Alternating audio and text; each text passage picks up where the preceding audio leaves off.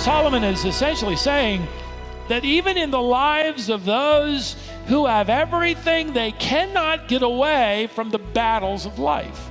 Even the person that seems to be at the top of the food chain, even that individual who seems to have their way, if you get behind, the curtain, you'll discover they're facing the battles of life. In fact, that's good to remember when that supervisor unloads on you. It may be nothing more than an indication that they have other battles they're failing in.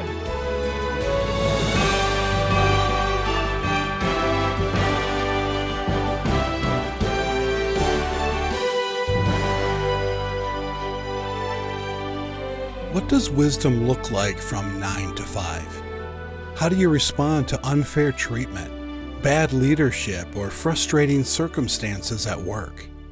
Today on Wisdom for the Heart, Stephen Davies shares Solomon's inspired advice for navigating life under human authority. Whether you're dealing with a boss, a teacher, a government, or anyone in leadership, this message will help you develop a wise, godly response. You'll learn why obedience matters, when to speak up, and how to engage in justice. This message is called Bringing Wisdom to Work.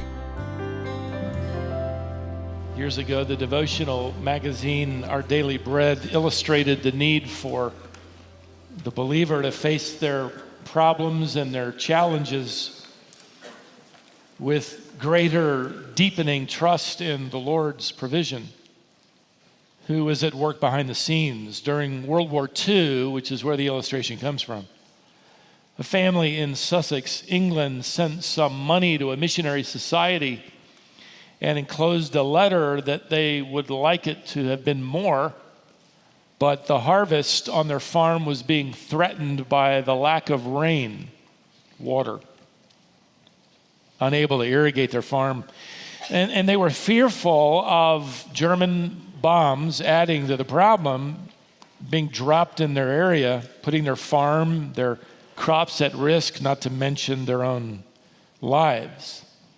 They asked the staff of this mission to pray specifically that no bombs would fall on their land. The director of the missionary society wrote back and wisely responded that while they didn't believe they could pray that exact prayer, they would indeed pray that this family would trust the Lord as His will unfolded in their lives. And when you know it, shortly thereafter, a German bomb landed on their property, exploding. No family member was hurt. The livestock were fine, the barn still standing. But that bombshell created such a crater in the ground that it liberated an underground stream.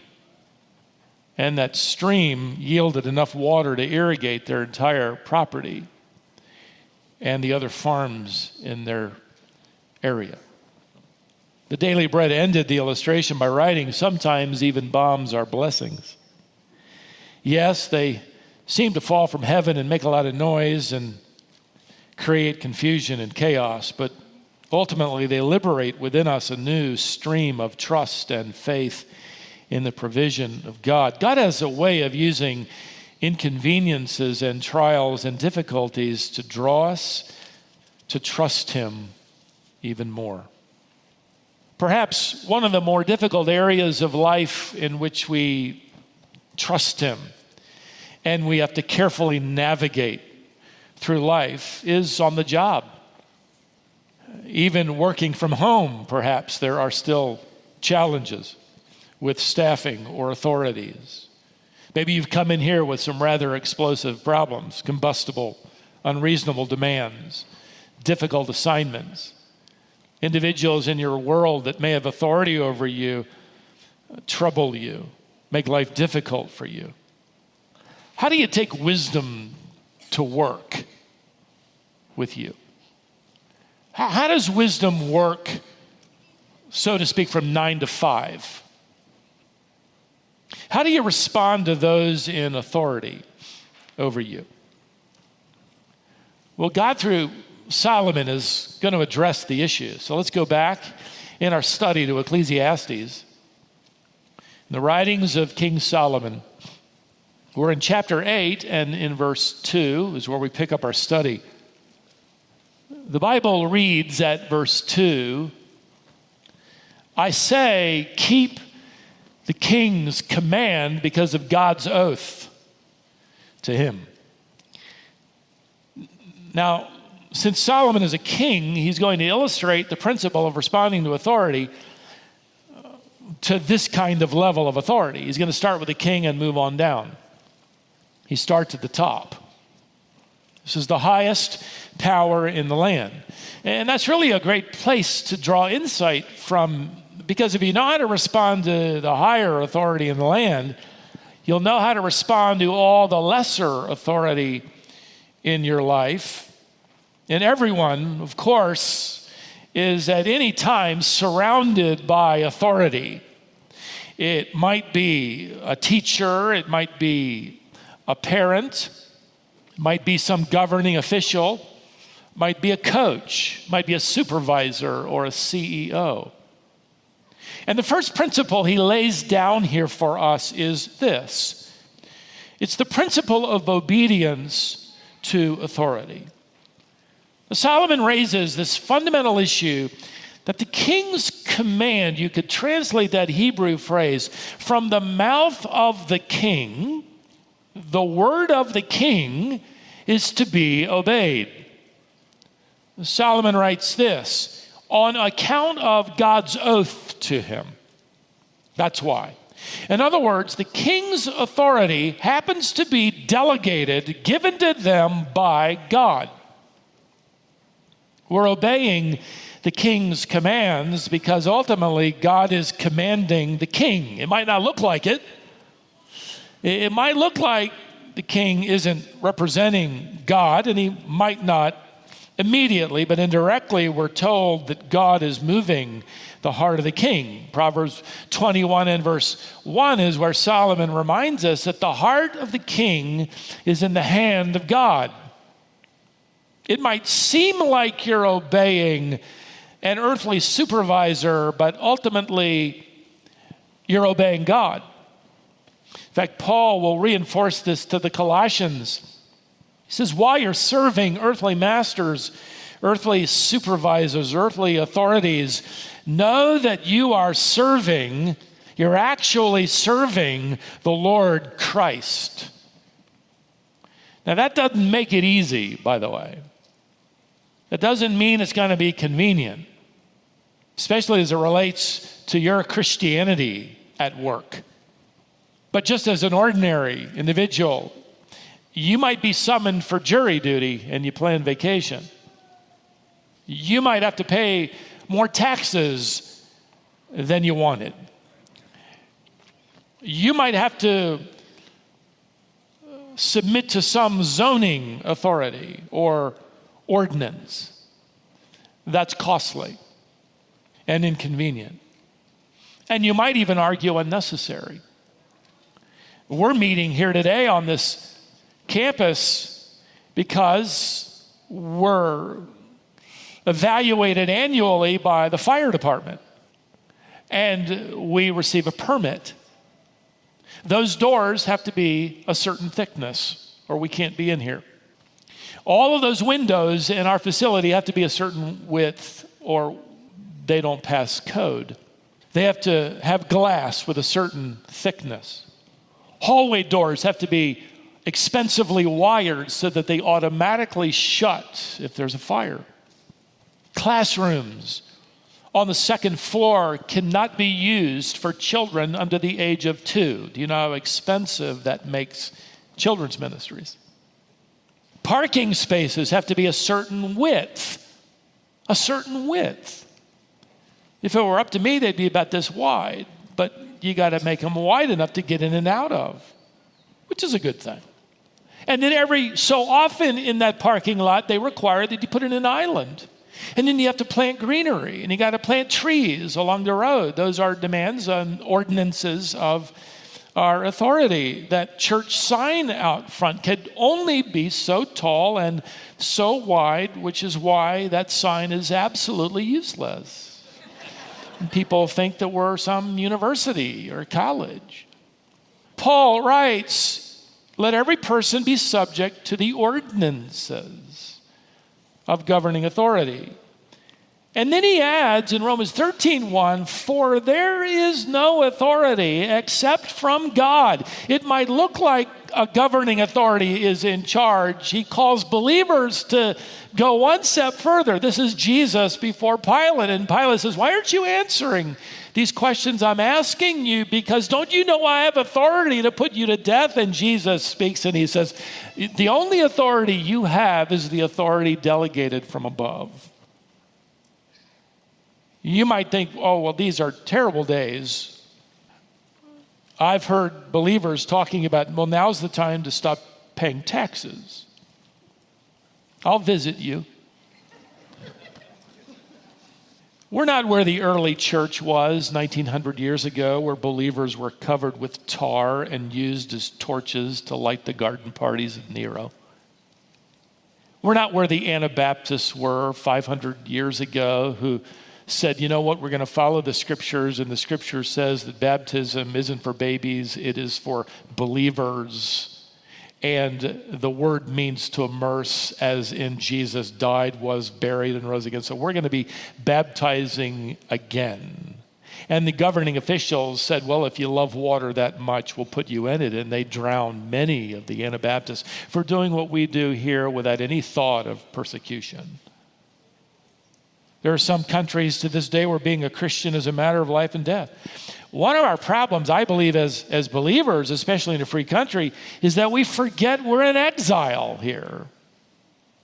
We think we're home. We're trying to get comfortable in the wrong living room. We're citizens of heaven assigned to the embassy of earth for the time being. There's a second principle here. It's the principle of patience in the process. Notice the first phrase of verse 3.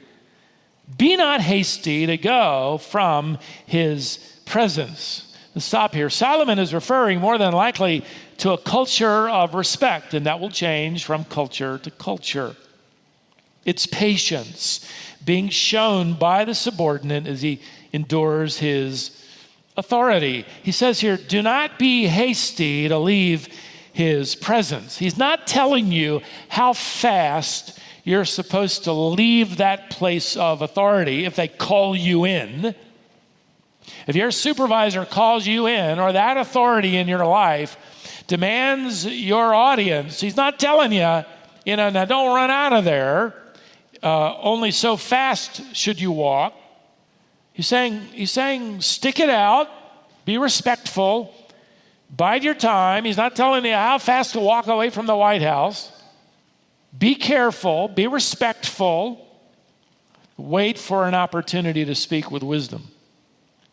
So he isn't talking about physically moving slowly. He's talking about respectfully responding slowly.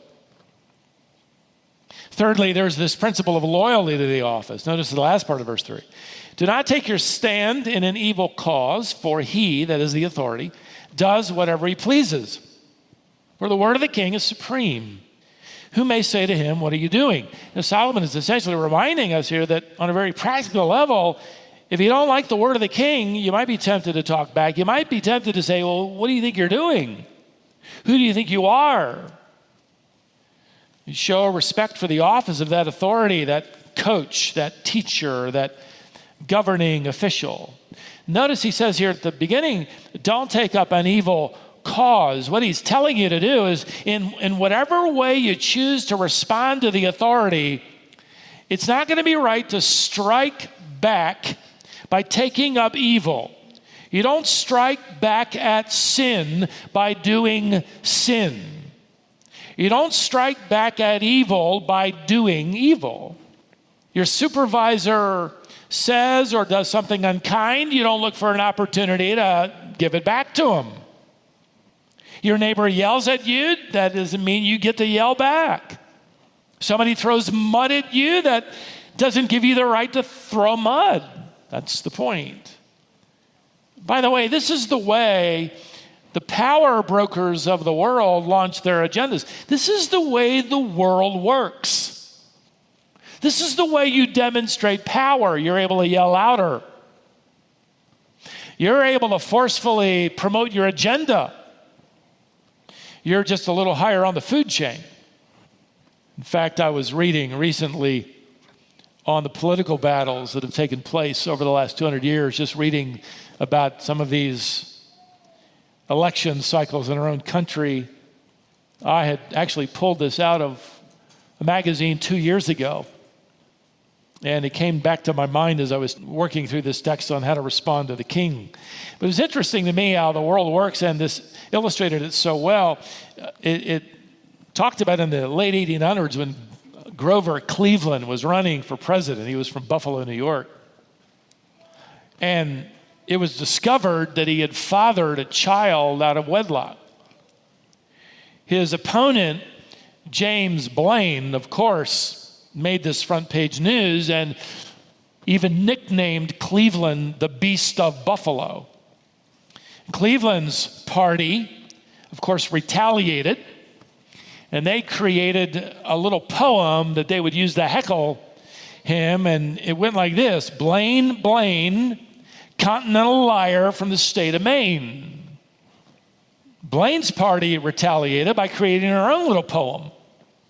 It referred to Cleveland's immorality.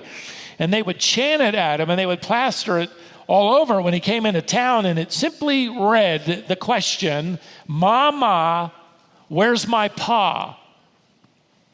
Then Cleveland wins the election. And his party got the final word by writing one more line to the chant that they adopted. And it went like this: "Mama, where's my pa? He's gone to the White House, ha, ha, ha. I'll have the last word." That's the way of the world. Now, Solomon reinforces his comments about a wise person responding to authority. And I'm sure you're wondering, yeah, but what about this and what about that? Well, he's not going to answer all the questions. But he does give a couple of prohibitions that are helpful. Number one is the prohibition of sinning against God. Verse 5, whoever keeps a command will know no evil thing. He's going to be related to evil. He reinforces this. This is a sort of a fundamental principle here of obedience to the commands of your authority. There is a boundary line. There is a line you will not cross. And that is, you will not obey the command of your authority if their command requires you to disobey the command of God. This is where you will be like those early apostles in Acts chapter 5, where they said to their leaders, "We will obey God rather than man." Relationships have ended. Careers dissolved because a believer would not violate the scriptures. There is this principle, this prohibition of not sinning against God. Secondly, Solomon reinforces what he said earlier now, the prohibition of speaking out of turn. Notice verse 5 and moving forward. He says, the wise heart will know the proper time and the just way, the right time.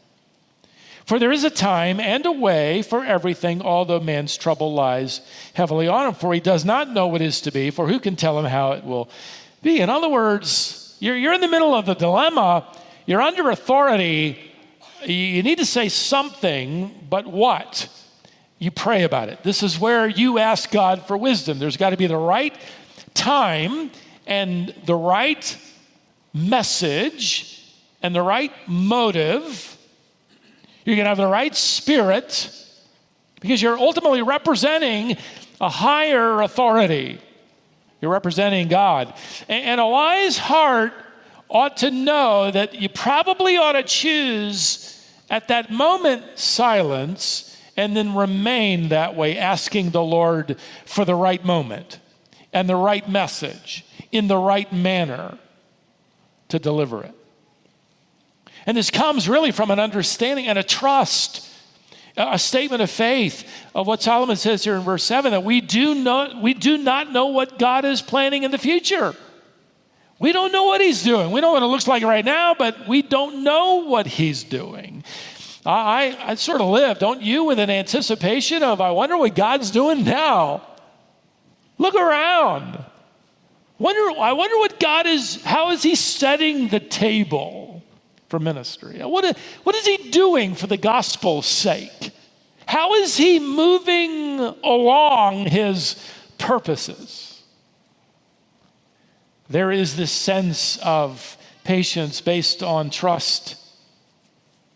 And we have no idea how the Lord is preparing us for the days to come. And you might think right now, well, Lord, the worst thing that could ever happen is for a bomb to fall on my farm. And it falls. And a stream of water emerges, which God had planned all along. Solomon now ends this discussion. He's going to remind us that there are limitations to power. And for those of you who are in authority, these are good reminders. For those of you who are under authority, these are also good reminders. There are limitations to power. And Solomon rattles off 4 of them fairly quickly. Each of them in the Hebrew language begin with a little negative no or not. So we know that they are progressing proverbs, so to speak. Here's the first limitation. Number 1, no one can control the wind. Notice the first phrase of verse 8. No man has power to retain the spirit, which I think ought to be translated wind. Context decides that Hebrew word for wind and spirit is the same word, ruach. And since many assume that this phrase goes with the next phrase about death, then it must be a reference to someone's inability to control their death. Well, that will be true, and he's going to talk about that in the second one, but let's not miss the impact of this one. Hebrew scholars refer to these progressive proverbs, and one of them says, more than likely, Solomon is simply referring to the weather. He says, no matter how powerful that person is in your life, guess what? Remember, they can't move one cloud in the sky. They cannot make it rain. They can't make it cold. They can't make it hot. They can't do anything as it relates to the weather except report it. That's it. In other words, the most powerful person on earth can't make the breeze blow, can't make that hurricane stop. They look powerful. They can't even change that little breeze out there. Here's the second limitation. No one can determine their lifespan. The next phrase reads, no one has power over the day of death. No matter how powerful, no matter how authoritative, no matter how many people bow at the word or command of this individual, death does not bow to their command. Death is in the hand of God.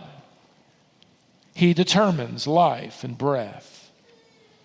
I thought it was interesting in my study to come across the illustration of King Louis XIV, who was a powerful king. But on his deathbed, he called his son into the room, and his last words to him were these: listen, son, profit by my errors and remember, kings die like every other man. Here's a third reminder of the limitation of power. No one can get away from the battles of life. He writes here in verse 8, there's no discharge from war, or you could render it from the midst or the middle of battle. This can refer to a war or battle you might think of in a traditional sense, or it could refer to something broader, which I think would be correct to this context. Solomon is essentially saying that even in the lives of those who have everything, they cannot they just cannot get away from the battles of life. Even the person that seems to be at the top of the food chain, even that individual who seems to have their way, if you get behind, the curtain, you'll discover they're facing the battles of life. In fact, that's good to remember when that supervisor unloads on you. It may be nothing more than an indication that they have other battles they're failing in, and they're taking it out on you. There isn't any way you can get around or away from the battles of life. Fourthly, no one can get around the consequences of sin, no matter how powerful. Look at verse 8, the last part. Nor will wickedness deliver those who are given to it, who are given over to it. It's woodenly translated, wickedness will not deliver its masters, those who master evil, those who master sin. Those that seem to control everything by the dictate of their power. And people in power often become masters at wickedness. Nobody steps up. Nobody seems to ever speak. They live unaccountable lives. They have their way. Solomon's saying, don't forget, even they will face the day of judgment coming. And by the way, the only hope for any of us is the forgiveness of our sin through the death and resurrection of Jesus Christ, right? The only hope any of us have, because all of us have hurt others. All of us have probably at some point in time some authority we didn't use righteously or wisely or kindly. So we, after reading something like this, let's make sure we just don't point fingers. Our hope is in the grace of God through Christ, who pays for our crimes and sins. He not only gives us the gift of salvation, which we could never earn. James chapter 1 tells us he gives us the gift of wisdom to know how to live now that you belong to him. This is wisdom you take to work. This is wisdom 9 to 5. This is wisdom in responding to those in authority over you. This is wisdom to know that even if a bomb falls on your farm, your life, God might just be opening new streams of deep water, new depths of character, and your greatest statement of faith will be to trust him and to continue to honor him and walk with him. And who knows, maybe that supervisor, maybe that coach, maybe that parent, maybe that teacher will see in your response something so distinctively different, they will have to say, that person has something I don't have. They know a God I do not know. May God give us wisdom.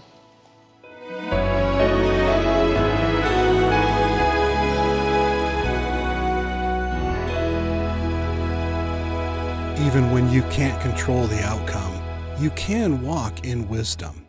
Obey God, honor authority, and trust him to direct your steps, even when it feels like everything is upside down. Thanks for joining us today here on Wisdom for the Heart, the Bible teaching ministry of Stephen Davey.